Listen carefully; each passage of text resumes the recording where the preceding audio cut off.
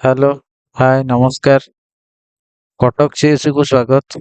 ଆଜି ଆମେ ଦେଖିବା ସୁଭଦ୍ରା ରିଲେଟେଡ କଣ ସବୁ ନୂଆ ଅପଡେଟ ଆସିଛି। ଆଉ ସୁଭଦ୍ରାରେ ଯାହାର କିଛି ପ୍ରୋବ୍ଲେମ ହେଇଛି, ଯେଉଁମାନେ ପ୍ରଥମ କିସ୍ତି ପାଇଛନ୍ତି ସେକେଣ୍ଡ କିସ୍ତି ପାଇନାହାନ୍ତି କିମ୍ବା ସେକେଣ୍ଡ କିସ୍ତି ଆ, ମାନେ ଦିଟା ଆଗ କିସ୍ତି କେହି ବି ହେଲେ ପାଇନାହାନ୍ତି, ସେ କ୍ଷେତ୍ରରେ ଏଠି କଣ କରାଯିବ। ଆଉ ଆଗାମୀ 9 ତାରିଖରେ ଯୋଉ ରାକ୍ଷୀ ପୂର୍ଣ୍ଣିମାରେ ଯୋଉ ଆସୁଛି ପଇସାଟି, ସେଟା କେମିତି ସେ ନିଜେ ପାଇପାରିବେ, ସେ ବିଷୟରେ ଆଜି ଭିଡିଓରେ ଡିସ୍କସନ କରିବା। ତ ଚାଲନ୍ତୁ ଡେରି ନକରି ଭିଡିଓଟିକୁ ଷ୍ଟାର୍ଟ କରିବା। ଆମ ଚ୍ୟାନେଲକୁ ଯେଉଁମାନେ ନୂଆ ଆସିଛନ୍ତି ପ୍ରଥମ କରି, ଆମ ଚ୍ୟାନେଲଟିକୁ ସବସ୍କ୍ରାଇବ କରନ୍ତୁ, ଲାଇକ୍ କରନ୍ତୁ, ସେୟାର କରନ୍ତୁ।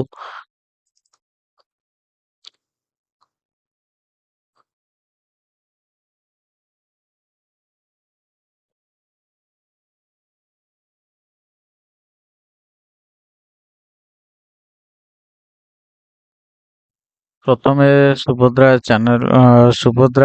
ପୋର୍ଟାଲକୁ ଯାଇ ଆମ ଆଇଡି ଲଗଇନ କରିକି ଦେଖେଇ ଦଉଛୁ ଯେ ବର୍ତ୍ତମାନ ଏଯାଙ୍କେ ଷ୍ଟାର୍ଟ ହେଇନି, ନୂଆ ଆପ୍ଲାଏ କରିବା ଏଯାଙ୍କେ ଷ୍ଟାର୍ଟ ହେଇନି।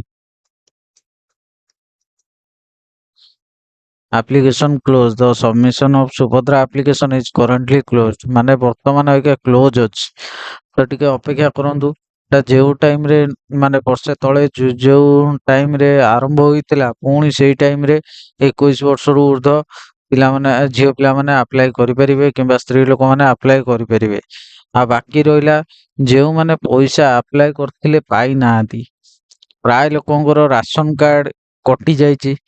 ତ ସେମାନେ ବି ପାଇନାହାନ୍ତି ଆଇଟି ରିଟର୍ନ ବାବଦରେ, ଯୋଉଟା ମାନେ ହେଇଥିଲା ମଝିରେ ଡିକ୍ଲେୟାର ଯେ ରାସନ ଆଣିବାକୁ ଗଲାବେଳେ ଗୋଟେ ଗୋଟେ ନୋଟିସ ସବୁ ପାଇଥିଲେ।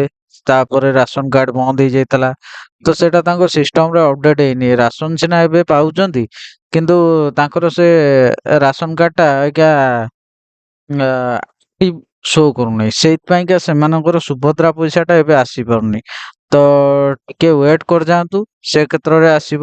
କିମ୍ବା ଆପଣ ଆଉ ଯଦି ଆପଣଙ୍କର ଆଉ କିଛି କାରଣରୁ ଆସୁନଥିବ, ତାହେଲେ ପ୍ରଥମେ ଆପଣ ଆଧାର କାର୍ଡଟିକୁ ଯାଇ ଆଧାର ସେଣ୍ଟରରେ ଅପଡେଟ କରାନ୍ତୁ। ଯଦି 10 ବର୍ଷରୁ ଉର୍ଦ୍ଧ୍ୱ ହେଇଯାଇଛି, ତାହେଲେ ଥରେ ଅପଡେଟ କରାନ୍ତୁ।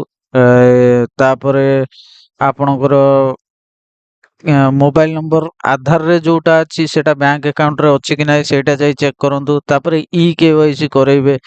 ତାପରେ ଆଧାର ଅନେବୁଲ ପେମେଣ୍ଟ ସିଷ୍ଟମ ମାନେ ଏଇପିଏସ୍ ମୋଡ ଟା ବି ଆକ୍ଟିଭ କରିବାକୁ କହିବେ, ମାନେ ବ୍ୟାଙ୍କ ବାଲାଙ୍କୁ। କେୱାଇସି କହିଲେ ସେମାନେ ପ୍ଲେନ କେୱାଇସି କରିକି ଛାଡି ଦଉଛନ୍ତି। ତ ଆପଣ ତାଙ୍କୁ କହିବାକୁ ପଡିବ ଯେ ଆମେ ଆଙ୍ଗୁଠି ମାଧ୍ୟମରେ ଯେମିତି ପଇସାଟି ଉଠେଇ ପାରିବୁ, ସେଇଟା ଆମର ଆକ୍ଟିଭ କରନ୍ତୁ। ଏମିତି କହିଲେ ସେ ଏଇପିଏସ୍ ମୋଡ ଟା ଆକ୍ଟିଭ କରିବେ। ବାକି ରହିଲା ଆଧାର କାର୍ଡ, ପ୍ୟାନ କାର୍ଡ ଦେଇ ବ୍ୟାଙ୍କ ଆକାଉଣ୍ଟ ସହିତ ଆପଣଙ୍କର ପ୍ରଥମେ ଦେଖିବେ ଆଧାର ପ୍ୟାନ ଲିଙ୍କ ଅଛି କି ନାହିଁ। ତାପରେ ଆଧାର ଅପଡେଟ କରେଇଥିବେ। ଅପଡେଟ କରେଇ ସାରିଲା ପରେ, ସେ ଅପଡେଟ ହେଇ ସାରିଲା ପରେ ଯୋଉ ଆଧାରଟା ବାହାରିବ ତାକୁ ପ୍ରିଣ୍ଟ ଆଉଟ ବାହାର କରିବେ। ଆଧାର ଆଉ ପ୍ୟାନ ଦିଟାକ ଯୋଉ ଲିଙ୍କ ଥିବ, ପ୍ୟାନ କାର୍ଡ ର ବି ଜେରକ୍ସ ଗୋଟେ ବାହାର କରିବେ। ତାକୁ ନେଇକିନା ବ୍ୟାଙ୍କ ଆକାଉଣ୍ଟ ଯିବେ, ବ୍ୟାଙ୍କକୁ ଯିବେ। ତ ବ୍ୟାଙ୍କରେ ଯାଇକିନା ସେଟା କେୱାଇସି କରେଇବା ପାଇଁ କହିବେ। ତାପରେ ଆଉ ଗୋଟେ ଜିନିଷ ଚେକ୍ କରିବେ, ଆପଣଙ୍କ ଆଧାରରେ ବ୍ୟାଙ୍କ ଆକାଉଣ୍ଟ ସାଙ୍ଗରେ ସିଡିଙ୍ଗ ଅଛି ନା ନାହିଁ। ଆପଣଙ୍କ ଆଧାର ମାନେ ଆପଣ ଆଧାର ଦେଇ 100ଟା ଆକାଉଣ୍ଟ ଖୋଲି ପାରିବେ, କିନ୍ତୁ ଗୋଟିଏ ଆକାଉଣ୍ଟ ସହିତ ଆଧାରଟା ଆପଣଙ୍କର ଡିବିଟି ଲିଙ୍କ ରହିବ, ଡାଇରେକ୍ଟ ବ୍ୟାଙ୍କ ଟ୍ରାଞ୍ଜାକ୍ସନ। ତେଣୁକରି ଏଇଟା ପ୍ରଥମେ ଆଗେ ଦେଖିବେ ଯେ ଆପଣଙ୍କର ଡିବିଟି ରେ କୋଉ ମାନେ ଇଏ ଲିଙ୍କ ଅଛି। ଆପଣ ଡିବିଟି ଚେକ୍ କରିବାକୁ ଚାହିଁଲେ ପ୍ରଥମେ ୟୁଆଇଡିଆଇ କୁ ଯିବେ, ଲଗଇନ କରିବେ। ଟିକେ ରୁହନ୍ତୁ, ଦେଖେଇ ଦଉଛି, ଲାଇନରେ ରହି ସହଯୋଗ କରନ୍ତୁ, ଦେଖେଇ ଦଉଛି।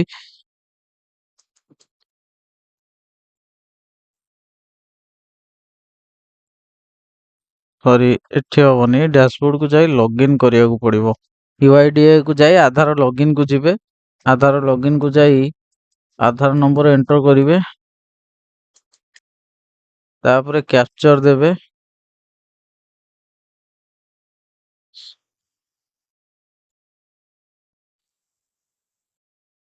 କ୍ୟାପଚର ଦେଇ ଲଗଇନ କରିବେ। ତାପରେ ଓଟିପି ଆସିବ, ଓଟିପି ଏଣ୍ଟର କରିବେ। ମୁଁ ଦେଖେଇ ଦଉଛି, ଗୋଟିଏ ମାତ୍ର କରିକିନା ଦେଖେଇ ଦଉଛି। ତାପରେ ଆପଣ ସେଇ ହିସାବରେ ଆପଣଙ୍କର କରେଇ ପାରିବେ। 494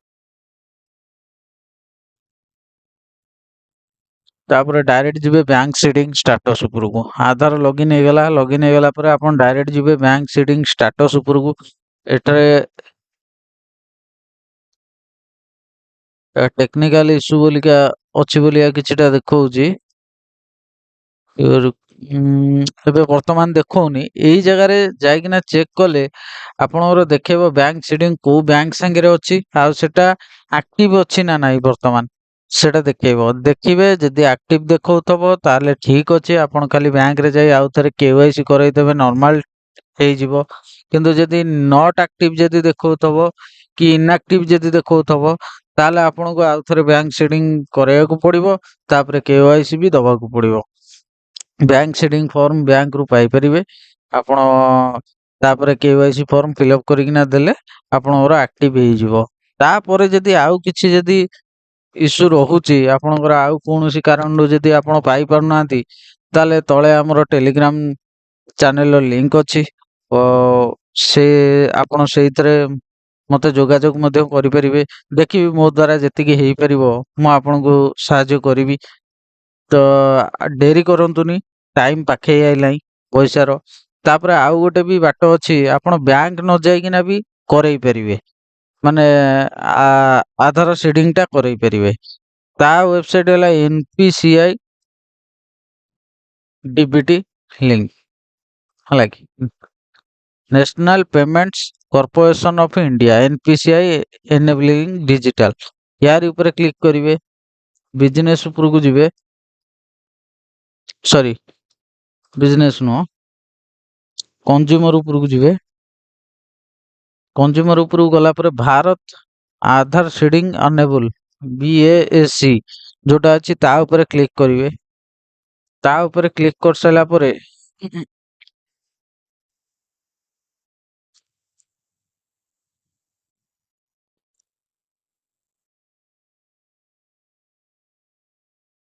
ସର୍ଭର ସ୍ଲୋ ହଉଛି, ସେଥିପାଇଁ ଆସିବାକୁ ଟିକେ ଡେରି ହଉଛି।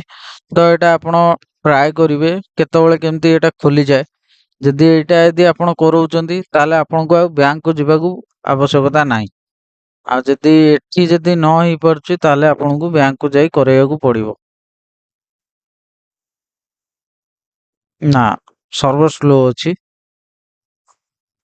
ତ ଏଇଟା ହେଇପାରୁନି। ତ ପ୍ରଥମେ ଆଧାର ଠିକ କରନ୍ତୁ। ଆଧାରରେ ଯୋଉ ମୋବାଇଲ ନମ୍ବର ଅଛି ସେଟା ବ୍ୟାଙ୍କ ଆକାଉଣ୍ଟ ସହିତ ଲିଙ୍କ କରାନ୍ତୁ। ବ୍ୟାଙ୍କ ଆକାଉଣ୍ଟରେ ବି ସେଇ ମୋବାଇଲ ନମ୍ବରଟା ଦିଅନ୍ତୁ। ତାପରେ ବ୍ୟାଙ୍କ ଆକାଉଣ୍ଟରେ ପ୍ୟାନ କାର୍ଡ, ଆଧାର କାର୍ଡ ଦିଟା ଯାକ ଅପଡେଟ କରାନ୍ତୁ। ତାପରେ KYC କରାନ୍ତୁ, ଆଧାର ସିଡିଂ କରାନ୍ତୁ। ଏତିକ ସବୁ କରିସାରିଲା ପରେ ଯାଇ ଯୋଉମାନେ ଦିଟା କିସ୍ତି ପାଇନାହାନ୍ତି ସେମାନେ ଥାର୍ଡ ନମ୍ବର କିସ୍ତିରେ ଏକାଥରକେ ପଇସାଟି ପାଇପାରିବେ। ଆଉ ବାକି ରହିଲା ଯୋଉମାନେ ଗୋଟିଏ ଗୋଟିଏ ପାଇକିନା ସବୁ ରହିଯାଇଛନ୍ତି, ତାଙ୍କର ସେ ସପ୍ଲାଇ ଅଫିସକୁ ଯାଇ ତାଙ୍କର ରାସନ ଇଏଟା ଚେକ୍ କରନ୍ତୁ, ଷ୍ଟାଟସ ଟା ଆକ୍ଟିଭ ହେଲାଣି ନା ନାହିଁ। ଯେହେତୁ IT ରିଟର୍ନ ବାବଦରେ କେତେ ଜଣଙ୍କର କଟା ହେଇଥିଲା, ତାପରେ ନୋଟିସ ହେଲା ଯେ ଏଇଟା ପ୍ରପର ଭେରିଫିକେସନ ପରେ ଯାଇ କଟା ହବ। ତ ଯେତିକି ଜଣଙ୍କର କଟି ଯାଇଛି, ମାନେ ନୋଟିସ ଆସି ଯାଇଛି, ସେଇମାନଙ୍କର ସୁଭଦ୍ରା ପଇସା ବି ରହିଯାଇଛି। ତ ସେଟା ଯାଇକି ଆଗେ ଆପଣ ଅଫିସରେ ବୁଝାବୁଝି କରନ୍ତୁ, ସପ୍ଲାଇ ଅଫିସରେ କଣ ପାଇଁ ଏଇଟା ମାନେ ଏମିତି ହେଲା। କାହିଁକି ନା ଏଇଟା ରାସନ କାର୍ଡ ଆକ୍ଟିଭ ଥିଲା ସେଇଥିପାଇଁ ପଇସା ଆସୁଥିଲା, କିନ୍ତୁ ନୋଟିସ ଯେହେତୁ ପଳେଇ ଆଇଲା ସେଇଥିପାଇଁ ଆସୁନାହିଁ। ତ ଆପଣ ସେଟା ସପ୍ଲାଇ ଅଫିସକୁ ଯାଇକିନା ନୋଟିସ ଯୋଉ ଆସିଥିଲା ତା ଉପରେ କଣ କଣ ପାଇଁ ଆସିଲା, କି ଯାହାର IT ରିଟର୍ନ ଅଛି ତା ନାଁ କେମିତି କାଟିବେ, ସେ ବାବଦରେ ଆପଣ ତାଙ୍କ ସାଙ୍ଗରେ ଯାଇକିନା କନସଲ୍ଟ କରାନ୍ତୁ। ଏଇଟା ଆସିଗଲା। Welcome to Bharat Aadhaar seeding enable Aadhaar seeding deseeding. ଏଠାରେ ଆପଣଙ୍କ ଆଧାର ନମ୍ବର ଦେବେ। ଯେ ତାପରେ ରିକ୍ୱେଷ୍ଟ ଫର ଆଧାର, ଯଦି ଆପଣଙ୍କର ପୂର୍ବରୁ ଗୋଟେ ବ୍ୟାଙ୍କ ଅଛି, ଆପଣ ସେ ବ୍ୟାଙ୍କକୁ କାଟିକି ଆଉ ଗୋଟେ ବ୍ୟାଙ୍କ ଦବାକୁ ଚାହୁଁଛନ୍ତି, ତାହେଲେ ଆପଣ ଏଠାରେ ଆଧାର ନମ୍ବର ଦେବେ। ତାପରେ ଡିସିଡିଂ ଉପରେ କ୍ଲିକ କରିବେ। ଡିସିଡିଂ କରିକିନା ଆପଣଙ୍କର ପୁରୁଣା ଆକାଉଣ୍ଟ ବ୍ୟାଙ୍କ ଆକାଉଣ୍ଟଟା ଏଠାରେ ଚୁଜ କରିବେ।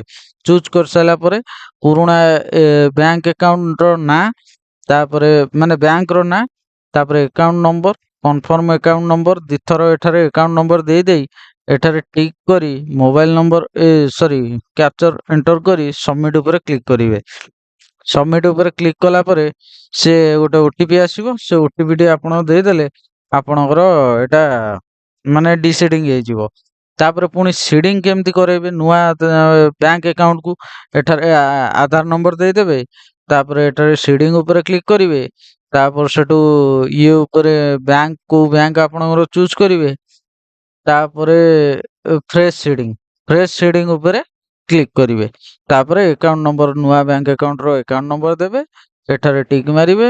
ଏଠାରେ କ୍ୟାପଚର ଦେଇ ସବମିଟ୍ ଉପରେ କ୍ଲିକ୍ କରିବେ। ତାପରେ ଓଟିପି ଗୋଟେ ଆସିବ। କିଛି ସମୟ ୱେଟ୍ କରିବେ। ଓଟିପି ଆସି ସାରିଲା ପରେ ଆପଣଙ୍କର ସିଡିଂ ହେଇଯିବ। ଆଉ ଏତିକି ହେଲା କଥା। ତ ବାକି ରହିଲା ଆଉ ଯୋଉ ଭାଇ ଭଉଣୀ ମାନେ ସରି ଯୋଉ ଭଉଣୀ ମାନେ କି ମା ମାନେ ଜାଣି ନ ପାରୁଛନ୍ତି ମୋ ସାଙ୍ଗେ ମୋ ଟେଲିଗ୍ରାମ ଚ୍ୟାନେଲରେ ଯୋଡ଼ି ହୋଇ ମୋ ସାଙ୍ଗେ ସେୟାର କରନ୍ତୁ। ମୁଁ ଯେତିକି ହେଇପାରିବ ମୋ ଦ୍ୱାରା ମୁଁ ଚେଷ୍ଟା କରିବି ଆପଣଙ୍କ ପ୍ରୋବ୍ଲେମକୁ ସଲ୍ଭ କରିବା ପାଇଁ। ଆଜିର ଭିଡ଼ିଓ ଏତିକି ଥିଲା। କେମିତି ଲାଗିଲା କମେଣ୍ଟ ମାଧ୍ୟମରେ ଜଣେଇବେ। ଆଉ ସୁଭଦ୍ରା ପଇସା ଆସି ସାରିଲେ ପୁଣି ଆଉ ଗୋଟେ ସୁଭଦ୍ରା ରିଲେଟେଡ୍ କ'ଣ ଯଦି ପ୍ରୋବ୍ଲେମ୍ ହେଇଥିବ କି ନୂଆ ଯଦି କିଛି ପ୍ରୋବ୍ଲେମ୍ କ୍ରିଏଟ୍ ହେଲା କି ନୂଆ ଯଦି କିଛି ଅପଡେଟ୍ ଆସିଲା ସେ ବିଷୟରେ ଗୋଟେ ଭିଡ଼ିଓ ହବ। ଆପଣ ଯଦି ନୂଆ ଆସିଛନ୍ତି ଆମ ଚ୍ୟାନେଲକୁ ଲାଇକ୍ ସେୟାର ସବସ୍କ୍ରାଇବ କରିବାକୁ ଭୁଲିବେନି। ତ ରହୁଛି। ଜୟ ଜଗନ୍ନାଥ।